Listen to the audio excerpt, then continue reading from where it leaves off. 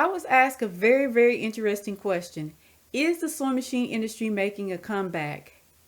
I'm going to let you decide that for yourself, but before we talk about it, please do subscribe and tap the notification bell to receive updates. In 2020, we experienced a global lockdown. The lockdowns took the average person away from their normal daily activities, so they sought to fill their day with fun. They started purchasing lots of gym equipment, games, and most importantly, they bought sewing machines. And what some say kind of a lost art is making a big comeback during the pandemic. Sewing has become a hot new hobby. But best of all, it's a win-win situation. One, it's easing stress and anxiety for those taking up the hobby, and two, it's good for business at fabric and hobby shops. We just can't keep sewing machines under $500 in stock. I mean, we get a load of them in, 30 to 40 of them in, we have them for a week, they're gone. In addition to buying sewing machines to sew for fun, they bought sewing machines to meet mass mandate requirements. My daughter, who works in the medical field, put up a plea to me and said, "Mom, I need these." The need for face masks has reached an all-time high. New at 4, a local woman making face masks from home to help those who can't buy them in stores. There's a real shortage right now. Look at this. Since home sewing machine sales increased so much during the lockdowns, a lot of people anticipated that the sewing machine industry would continue to grow. However, as you can see from the chart, the residential sector of the sewing machine industry is incredibly small in comparison to the industrial side of the industry. So the question that was asked of me is really a two-part question. Do I think that the industrial side of the sewing machine industry will grow? Yes. And the reason why I say this is because the industry is currently switching over from the manual industrial sewing machine over to the more computerized sewing machines because they require less labor. So they have to hire less people. So if you replace a person with a computer, then you don't have to pay them the labor costs. And I kind of feel that that is where the industrial side of the sewing machine industry is going.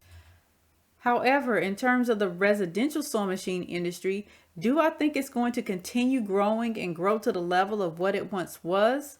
I'm not so sure, but in order to find that out, we have to go back to the golden age, a time when everyone had a sewing machine inside their homes.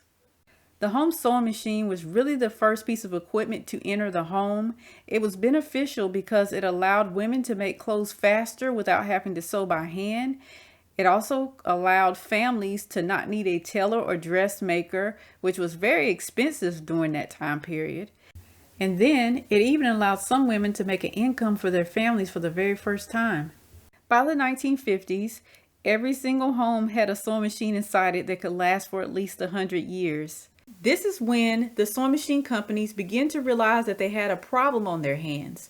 They had all these customers with a machine that would last 100 years or more, and the customer had no want, need, or desire to buy a new machine. So it was going to extinct them if they didn't do something. The industry responded to this problem with innovation and very friendly competition. This is when it became more common to see a sewing machine with a zigzag stitch on it. The zigzag didn't make the straight stitch obsolete, but it certainly did make people want to upgrade their machines. Then they introduced these design cams that you installed into your sewing machine, which allowed you to create multiple varying stitches on your sewing machine. Following this, the design cams, instead of being separate from your sewing machine, they became integrated into the sewing machine, so you no longer had to have separate attachments in order to create varying stitches. A model herself, Patty Morgan, shows how to make a sunsuit in record time. With the press of a button, the machine of today stitches designs of its own automatically. By adjusting the stitch length or the throw of the needle, any pattern can be obtained.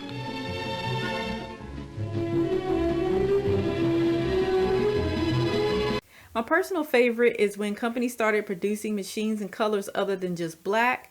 These machines were painted in automotive colors that were popular during the time period. And also you saw a lot of fancy designs on the machines, and these were also mimicking the automotive industry and also were inspired by home decor. By the mid-1960s, the sewing machine industry was in trouble again because women started entering the workforce and their sewing machines started to collect dust at that point. At the same time, most homes already had a sewing machine inside it, and there were so many innovations on the sewing machine that could last more than 100 years, so nobody needed a new sewing machine anymore. Their decision was to continue making stylish machines to match home decor because that worked for them, because people were still buying some machines when they upgraded their home decor. But then also they started to plan obsolescence of their products so that they could have a repeat customer. So for those of you who don't know what planned obsolescence is when you plan for a product to die so that the customer will have to come back and purchase another. So how did they do this in the sewing machine industry? Well, they added plastic cams to the machine that would deteriorate over time, and they also added plastic gears. The caveat to all of this is that the planned obsolescence didn't work as well as the industry thought that it would. The Singer 758, for example, is a machine that has plastic gears inside of it. Those gears have lasted a lot of people for 40 years before they ever needed to replace any of the gears. And there are aftermarket sellers now that sell the gears, so there's no need for them to buy another machine, even still. So it just didn't work. Sewing machine companies continued to bleed and lose money, and matters got even worse when NAFTA was signed by President Bill Clinton in 1993. The NAFTA agreement allowed companies to seek cheaper labor overseas, so sewing machine companies packed up and moved to China and Taiwan and made the parts much cheaper, which caused the planned obsolescence to actually start working because the lifespan of the sewing machine was greatly reduced during this time period. NAFTA not only caused a lot of Americans to lose their jobs, but it also caused a lot of cheap imports to start pouring into the country. And these cheap imports made it cheaper to purchase an outfit than to get on a sewing machine and make an outfit yourself. Naturally, the sewing machine industry took an even bigger hit during this time period because people just stopped sewing altogether and started purchasing whatever they wanted. Only diehard crafters and retirees were left, so this is who the sewing machine industry attempted to market their sewing machines to. There is a little bit of overlap in the timeline, but during the 80s and 90s is when the sewing machine companies started adding computerized functions to their machines. They marketed these computerized functions as time-saving, and they believed that computerized functions would also make sewing easier for a lot of people who no longer knew how to sew. Introducing the new Elna 9000, a system so advanced it makes sewing child's play. Just touch a button for frequently used stitches, including 7 types of buttonholes and alphabets, a total of 248 built-in decorative effects, plus an incredible 184 additional stitches available on memory cassettes. Motifs, monograms and magic. The new Elna 9000 creates them all. Come and play with the new Elna 9000 now at your nearest Elna dealer. It's kid stuff for grown-ups. There were also much more nefarious reasons for adding computerized functions to sewing machines. The most obvious reason is because of cost. It costs so much more to add a computerized function to a sewing machine, so that greatly increased the ticket value of said machine.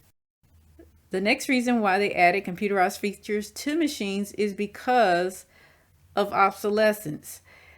Computer technology advances so quickly that in 5 years, prior computer technology is completely obsolete. So it makes the person want, in some instances, need to change sewing machines to keep up with technology. And then the most annoying reason why they decided to add the computers to the machines from a business standpoint was because of the motherboard. Motherboards often give out, and their components can be replaced because if you're a video gamer, for example, some video game consoles have lasted us for 40 years plus without a problem. But in the sewing machine industry, that doesn't happen quite as often because the companies do not provide the components needed to repair the motherboards. So the consumer ends up having to throw out the sewing machine and simply purchase a whole nother sewing machine simply because they had an issue with their motherboard. Consumer demographics have really changed a lot since the lockdowns. Creatives now work from home and spend a lot of time behind their computer screens. Some people don't care about their screen time, but a lot of people do and are actually looking for ways to reduce their amount of screen time.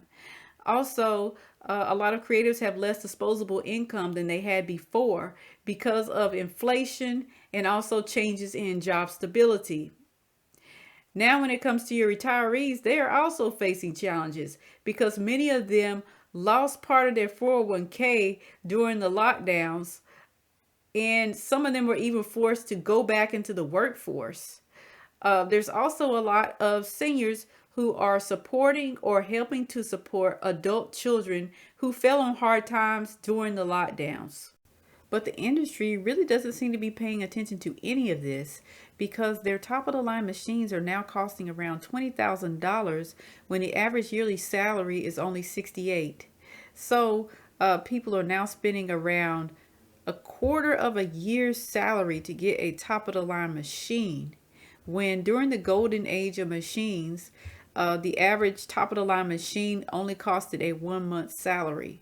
So that is a huge price difference there. Yes, cheaper machines are available, but the cheaper machines are also made cheaper. So a lot of people are opting to not purchase a new machine and to actually go for one of the vintage machines in the secondhand market. Also, the domestic sewing machine industry is moving more and more towards computerized sewing machines, and these computerized machines have so many functions and features on them that they often have to offer a class in order to teach the end user how to use the machine. And this pretty much defeats the entire purpose for adding computerized functions onto a sewing machine, because initially computerized features were added in order to make sewing more easy and not more difficult. Likewise, there are a lot of companies now who are making touchscreen sewing machines, and the touchscreen makes you have to take your eyes off of your sewing in order to figure out what buttons to press, whereas when you were working with actual buttons on a machine, you never had to take your eyes off of your sewing. You could pretty much do it by muscle memory, and they have kind of taken that away by making it all touchscreen. On top of that, you have a lot of stitches in these computerized machines. Some machines with 200, 300 stitches on them, and 90% of these stitches never get used. According to many of the sewing machine repair people, they're noticing that the vast majority of people only use a straight stitch and a zigzag on their machines.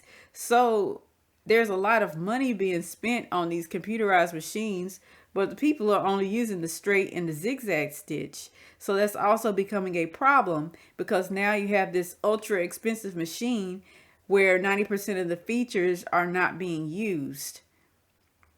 And I kind of feel like the sewing machine industry is mirroring what the car industry is doing right now with the cars, continually adding computerized features and functions that nobody ever uses. And now the car industry is in real trouble because nobody is buying the cars. They're trying to hold on very tightly to the cars that they had from previous generations without the computerized functions, because the computerized functions are a distraction from actual driving.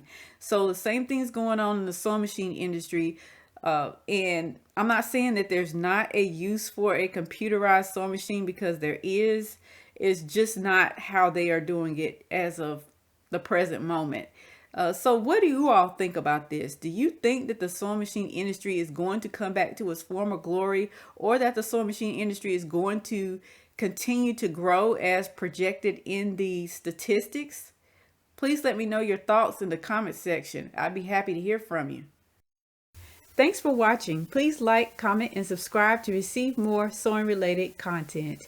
Peace.